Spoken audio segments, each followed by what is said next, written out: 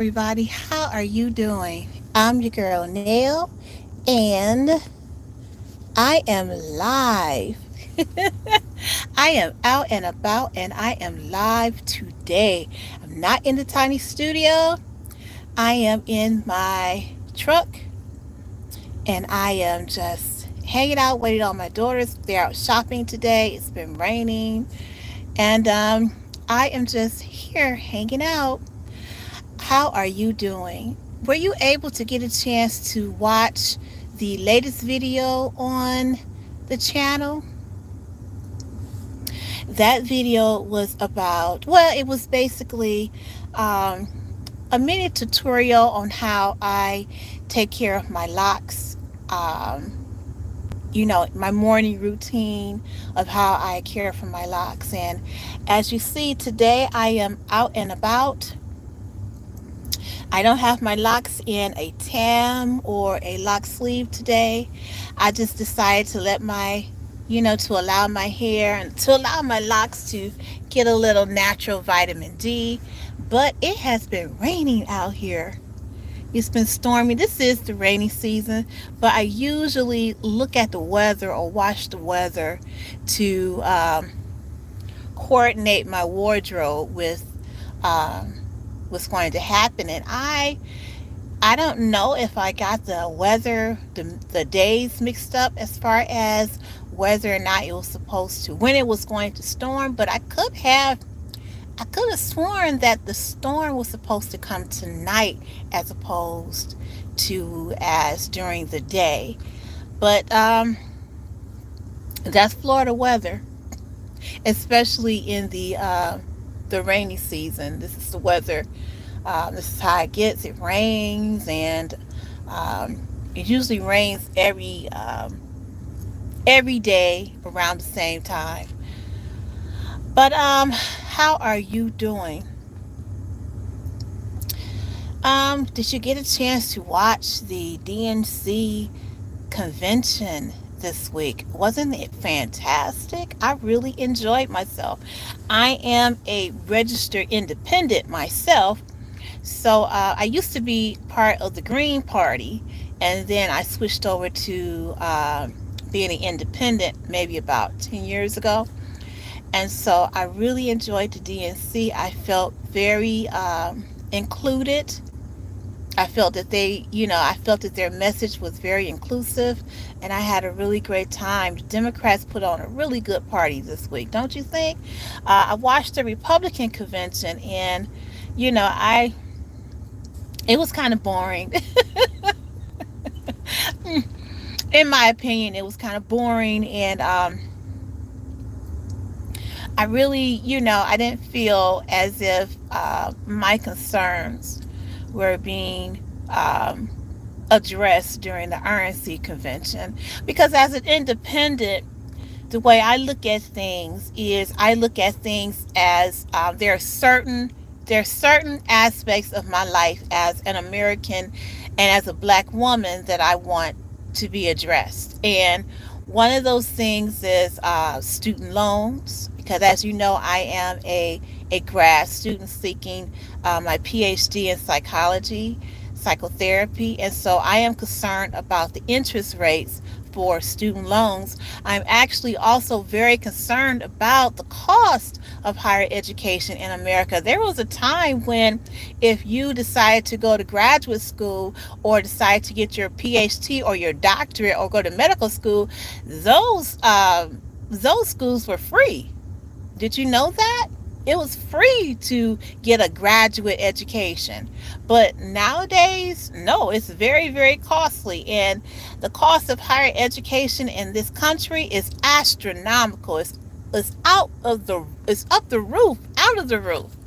And so I just felt that as when I watched the Republican convention, I felt that some of the needs that I, as an independent, former Green Party member, I felt that those issues were not addressed for me. I want to the economics. I want to know what people are going to do for me with the as far as economics are concerned. I want to know when are taxes for the middle class going to be lowered. I want to know when are food prices going to be lowered. When I go to get gas at the gas, I'm strategic about where I get gas now. Now when I purchase gas and I run to the gas station, it's about 15 minutes or so away from my home because I'm trying to get the best deal. If I'm not at the Sam's Club, I'm 15 minutes away from my home at the gas station trying to fill up, and to fill up this truck, this SUV I'm in, it cost me $125 to fill up this truck. So I and with the economy the way that it is as far as prices is concerned, I'm concerned because I'm not able to fill up. I'm only able to fill half a tank when I go to the gas station while I'm searching for a good deal. So those are the concerns that I had that the RNC did not address. I want to know what the RNC plans to do for people of lower income. What would be Donald Trump's strategy for helping those who are of lower income? And when I speak of lower income, I'm speaking of any person who is making under $30,000 a year. Okay, that's basically low income. I know the low income threshold may be 19,000 and below, but I want to know what the Republicans are going to do to help people who make $30,000 a year and under. What is the plan? How are we going to help these people begin to elevate or lift themselves into the middle class? These are the questions that I have that Republicans have not answered to my satisfaction. I don't believe they've answered that question at all. I feel like they use a lot of subterfuge, which is using the immigration crisis as a way to distract from the real problems that Americans are facing right now, especially those who are in the lower income brackets of America. I think the low income people who are right now living in poverty, personally, I don't think that has really been addressed. When I watched the DNC last night, I also noticed that the focus was on the middle class and not on people who are living in poverty here in this country. There are some things that need to be done about that. We need to have a national situation where people who are receiving food benefits, Medicaid, all of those things need to be increased so that we can help people who are impoverished. There's a lot of people who are living under the low income threshold of maybe 20 to 19 to 20,000 dollars a year. A lot of people, and you see them everywhere. What are we going to do about the homeless situation in America? Those are the questions that I have when I'm out and about and I'm at the grocery store, I'm at any store, the gas station. I see people who are living in behind the grocery store, behind the gas station, in the woods, the wooded areas. I see that. I see people who are living there. What are we going to do for them? How are we going to address homelessness, especially here in Florida? Florida and homelessness, a lot of people in Florida today are losing their homes, especially if they are renters or if they're leasing their properties, because the rental situation and the leasing situation here in Florida is really bad. It is really bad. People are being priced out of their homes. What are we going to do about that? What's the answer for that? I mean, more and more people are flocking to Florida, and Florida is starting to really swell. But it's the caliber of people that's moving to Florida. The caliber of people who are moving here to Florida are people who are in the middle class, the upper middle class, to the higher income of people. They're able to afford these properties that's being built, these homes that are being built in gated communities, these fabulous apartments that go for $3,000 to $5,000 a month in rent or in leasing. What about the people who like me, who I'm here, I've been here for 20 years, and now all of a sudden my mortgage is up, the insurance is up on everything. I have friends that are, my children want to move and get their own, move into their own apartments and things like that, but they're learning that even though they make a certain amount of money, there's no way that they can afford to get into a really nice apartment without having two, three, four roommates in there with them. That's the situation that's going on in Florida. So what I wanted to hear, the Republican Party, when I watched their convention, I wanted to hear what exactly are they going to do? What exactly would Donald Trump do to alleviate this crisis? And I haven't heard anything about it. I haven't heard anything. All I hear is that there are 20 million immigrants that are flooding into this country and stealing all the jobs. And I'm saying to myself, what jobs are these 20 million immigrants stealing from us? What are they actually stealing? I mean, in Florida, we don't really have any more orange groves because the orange groves were wiped out with because of the disease that came through here about 10 years ago. So they're not coming to Florida to do all the orange picking. Are they doing the strawberry picking? I don't really know anybody that picks strawberries. But I'm just saying, these 20 million immigrants that supposedly is flooding the borders and coming over here and taking jobs, what jobs are they exactly taking? Because poor people, poor Americans, they're still impoverished. So I was watching the DNC and I was listening for those things. I was entertained, but I was also listening for certain key points and factors.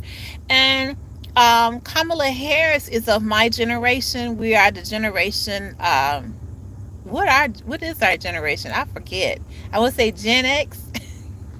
I think we're the Gen X generation, and so I understand her and I understand where she's coming from as a fellow Gen Xer. And it's really exciting to see someone that's on the ticket that I can relate to as a black woman, as a educated black woman, as a black woman that's, in the middle class and seeking to establish generational wealth for my children. Seeking to establish some type of generational wealth to be able to help my nieces and my nephews become established in their lives as well. And that's what I'm looking for. I'm looking to support someone that has some of my same interests in mind. One of the things that I'm really interested in as far as what the DNC is putting forth on their platform is women's reproductive health. I am a staunch supporter of women's reproductive health. I feel like anything that has to do with with a woman's body, with her decision of whether or when she decides to reproduce, decides to become a mother, I feel that's her choice. I have always felt this way. I have myself had to be in a place, I was placed in a situation where I had to make that choice. I don't want that choice to be stricken from any woman in this country. Whether or not you agree with abortion does not concern me. The fact of the matter is that the apparatuses that's used, the same apparatuses that's used for abortions are also used for women who are going through a miscarriage. And women are not being allowed to exercise control over their bodies with their doctors, their gynecologists, when it comes to their reproductive health and the things that goes on with a woman's body gynecologically. And so I am really drawn to the DNC, the Democratic Party, on this issue and this most important issue of women's reproductive health, because I have daughters, I have nieces, and I coming up who are young women, and I want them to be able to exercise that right. There was a moment in time when I was pregnant with my fourth child, and this is getting personal. I was pregnant with my fourth child, and I was an older mother. I was about 37 years of age. And my obstetrician came to me and told me that because of a certain disease that I have, um, my child, my baby, um, could possibly acquire this disease, and this would mean that she or he could become deformed. They could have all kinds of heart issues, lung issues. Um, it was really, I forgot what the name of the disease was that she was telling me that part of the defects that the neurological defects and the heart defects that my child could have, along with possibly being neurally impaired, neurologically impaired. And she was just going over the things that could happen, occur to my child because of my age and also because of a disease that I have. So she talked it over. We had a conference with my obstetrician, and she was letting my husband and I know these things, and she told us to go home and think about it. I think I had to be about maybe 4 months pregnant at that time. And she suggested that we discuss it because we had decisions to make.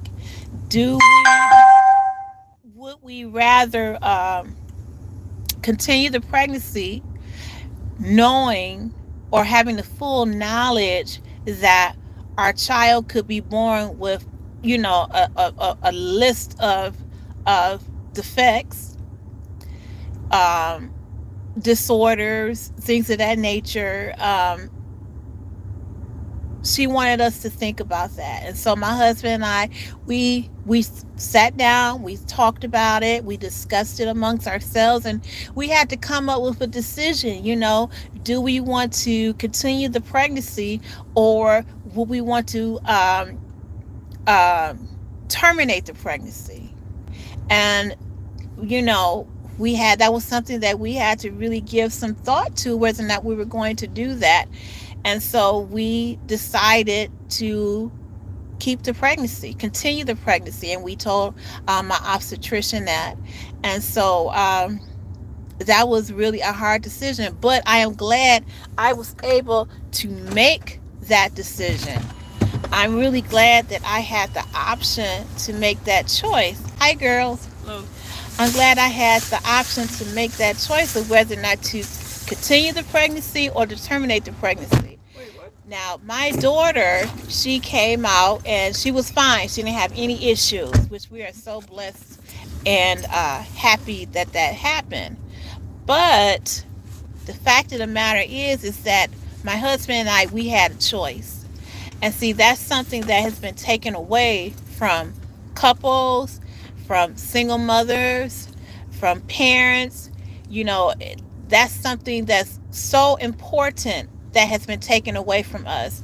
We should not have to sit back and worry and wonder about our reproductive health. There should be no one telling us, well, you know what, we cannot give you this IUD because now IUDs are being banned, or we cannot give you this form of birth control because this form of birth control is banned, or I cannot perform this procedure on you because if I do, then my license will be taken away from me and I could be fined and go to jail because I'm helping you out, because I'm following my Hippocratic oath as a doctor. That is what we're up against right now.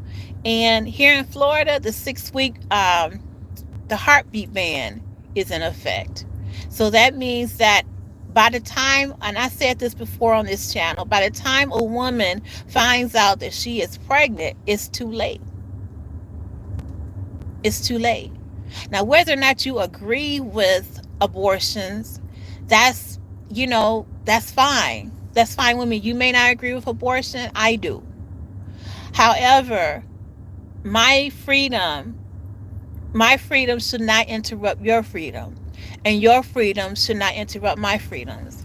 As Tim Walsh said, the golden rule is mind your own damn business. I don't have to like what you're doing, but I don't live with you. I don't pay your bills. I don't do your grocery shopping. I don't pay your lease or your rent or your mortgage. I don't do any of those things. So my freedoms should not conflict with your freedoms.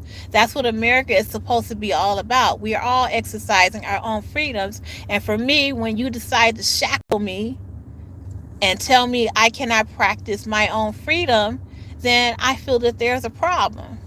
And I really like how the DNC kept bringing that to the front, that we as Americans, we have our freedoms. That's what democracy is really about, and we need to continue to work towards keeping and maintaining those freedoms. And that's what I did not like about the Republican Party, and that's what I didn't like about their platform, because their platform is restrictive, it's binding, it's shackling, it's handcuffing people.